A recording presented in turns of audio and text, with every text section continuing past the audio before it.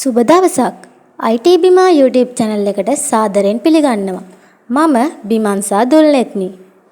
අද මම කතා කරන්නේ පරිගණකයේ පියා ගැන. Father of the computer. අපි හැමෝම දන්නවා පරිගණකයේ පියා කවුද කියලා. ඒ තමා වර්ෂ 1791 දෙසැම්බර් මාස 26 උපත ලද ඉංග්‍රීසි ජාතික ගණිතඥයෙකු වූ චාල්ස් බැබේජ් මහතා. සියලු දේ කළ හැකි මැෂින් එකක්සේ සලකන පරිගණකය මෙච්චර දුරක් දිනු වෙන්න විශාල පුද්ගලයන් පිරිසක් සම්බන්ධ වුණත් ඒ අතරින් චාල්ස් බැබේජ් මහතා පරිගණකයේ පියා ලෙස ගෞරව නාමය ලබා ගන්න විශේෂ වුණේ කොහොමද කියලා අපි දැන් බලමු. ක්‍රිස්තු වර්ෂ 1820 දී සැලසුම ආරම්භ කර 1822 වන විට ලොවට හඳුන්වා දුන් ඩිෆෙන්ස් ඉන්ජිනියර් චාල්ස් බැබේජ් මහතාගේ පළමු නිර්මාණයයි. බහුපද ක්‍රියාකරණය වගුගත කිරීමට බීජගණිතමය සංකල්පය භාවිතා කරගෙන ස්වයංක්‍රීය විදිහට ගණනය කිරීම කරන්න පුළුවන් යන්ත්‍රයක් විදිහට මේ ඩිෆෙන්ස් ඉන්ජිනියර් යන්ත්‍රය ලෝකයට මෙතුමා ඉදිරිපත් කළා.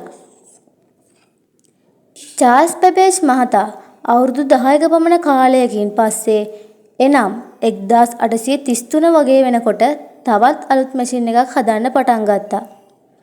ඒ වෙනකොට ලෝකයට විවිධ තාක්ෂණයන් විශාල ප්‍රමාණයක් ඇවිත් තිබ්බා. ඒ නිසා ඒ ටෙක්නොලොජිස් යූස් කරලා ගණනය කිරීමේ හැකියාව අනුව ඇනලයිටිකල් එන්ජින් එක නිර්මාණය කළා. ඒකට විශේෂ දායකත්වය දුන්නේ ඇඩා ලව්ලස් නැමැති තැනැත්තියයි. ලෝකයේ ප්‍රථම කම්පියුටර් ප්‍රෝග්‍රෑමර් ඇයයි. ඇයට මෙම විරුද්ධාවලිය ලැබුණේ ඇනලයිටිකල් එන්ජින් එක වෙනුවෙන් විශේෂිත වූ ඇල්ගොරිතමයක් යූස් කරලා හදපු ප්‍රෝග්‍රෑම් එකක් නිසා. මේ විදිහට නිර්මාණය වුණ ඇනලයිටිකල් එන්ජින් එකේ විශේෂත්වය තමා අංක ගණිත තාර්කික ඒකකයක් හරහා ලූප්ස් ආකාරයේ පාලනය ගලා යෑම හා විශේෂයෙන්ම මතක තබා ගැනීමේ හැකියාව නිර්මාණය කිරීමයි. තේරෙන විදිහට කියනවා නම් ඔබට අවශ්‍ය දත්ත ගබඩා කර තබා ගැනීම හා අවශ්‍ය වන විට නැවත ලබා ගැනීමේ හැකියාවයි. මෙන්න මේ හේතු නිසා තමයි චාල්ස් බැබේජ් මහතා පරිගණකයේ පියා ලෙස නම් කරනු ලැබුවේ. ඉතින් මගේ වීඩියෝ එක හොඳයි නම් සබ්ස්ක්‍රයිබ් කරලා ලයික් එකක් දාන්න අමතක කරන්න එපා. ඒ වගේම ඔයගොල්ලන්ගේ වටිනා අදහස කමෙන්ට් කරන්නත් අමතක කරන්න එපා. තවත් මේ වගේ වීඩියෝ එකකින් හමු වෙමු.